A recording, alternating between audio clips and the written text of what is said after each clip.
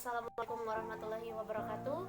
Perkenalkan, saya Nurul Yusfita, mahasiswi dari Universitas Negeri Makassar, program studi Ilmu Administrasi Negara. Pada kesempatan kali ini, saya akan membahas tentang paradigma ilmu administrasi negara. Baiklah, langsung saja saya akan membahas paradigma yang pertama, yaitu All Public Administration atau yang sering disingkat dengan OPA, atau yang dikenal dengan paradigma klasik. Paradigma ini ditokohi oleh Wilson dengan bukunya yang berjudul The Study of Administration. Beliau mengatakan bahwa bidang administrasi itu sama dengan bidang bisnis. Selanjutnya, all public administration mempunyai tujuan yaitu memberikan kebijakan dan melaksanakan pelayanan publik yang baik dan netral.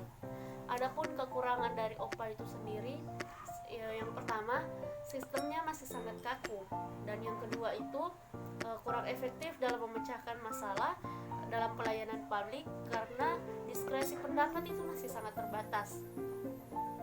Adapun kelebihan dari OPA itu sendiri, yang pertama, masa depan birokrat terjamin. Mengapa demikian? Karena adanya tunjangan dan gaji para pekerja, bukan hanya gaji pokok yang mereka dapat, tapi adanya tunjangan-tunjangan lain untuk memenuhi kebutuhan hidup mereka. Selanjutnya, kelebihannya yaitu politik tidak mencampuri urusan administrasi dalam pemerintahan.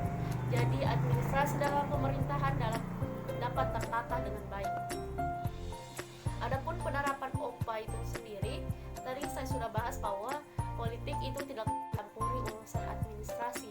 Di penerapannya, para legislator membuat kebijakan yang akan diseleksi oleh para administrator. Jadi mereka mempunyai pekerjaan masing-masing untuk membuat kebijakan yang efektif dan efisien.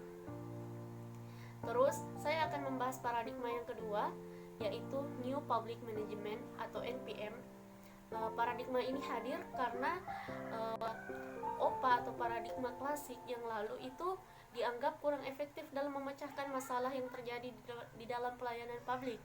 Jadi mereka dalam paradigma yang kedua ini mempunyai konsep bahwa mereka mengambil pandangan seperti transaksi yang terjadi di pasar. Maksudnya para warga negara sebagai customer, sedangkan organisasi publik itu sebagai pelayan. Mereka melakukan pendekatan bisnis di organisasi publik. Adapun kekurangan dari paradigma ini yaitu jika paradigma ini diterapkan di suatu tempat atau di suatu negara, negara yang lain tidak dapat menerapkan paradigma ini.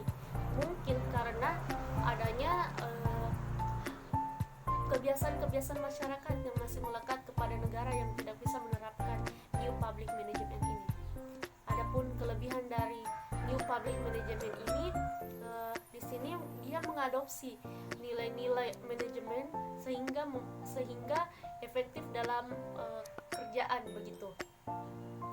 Adapun penerapan dari New Public Management ini hanya terjadi di negara-negara maju seperti Inggris, New Zealand, dan Kanada. Selanjutnya saya akan membahas tentang New Public Service. Mengapa New Public Service ini hadir? Karena menutupi kekurangan-kekurangan yang terjadi di New Public Management dan All Public Administration. New Public Service ini merubah pandangan yang awalnya pelayan adalah organisasi publik dan customernya itu adalah warga negara. Di New Public Service ini mengganti pandangan tersebut. Mereka menekankan bahwa tidak ada customer dan tidak ada pelayan. Warga negara tetap menjadi warga negara, sedangkan organisasi publik tetap menjadi pemerintahan yang baik. Selanjutnya saya akan membahas good governance, di mana good governance itu kita kenal sebagai pemerintahan yang baik. Pemerintahan yang baik ini terjadi di New Public Management. Mengapa demikian? Karena di New Public Management ternyata didapati kesenjangan atau krisis ekonomi yang terjadi di masyarakat.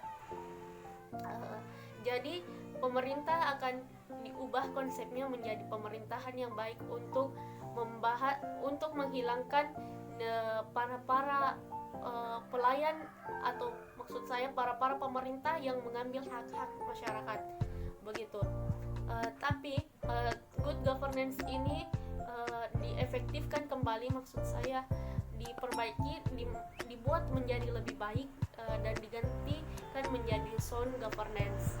Mungkin sampai itu saja yang dapat saya bahas tentang di video kali ini. Lebih dan kurangnya mohon dimaafkan. Bila ada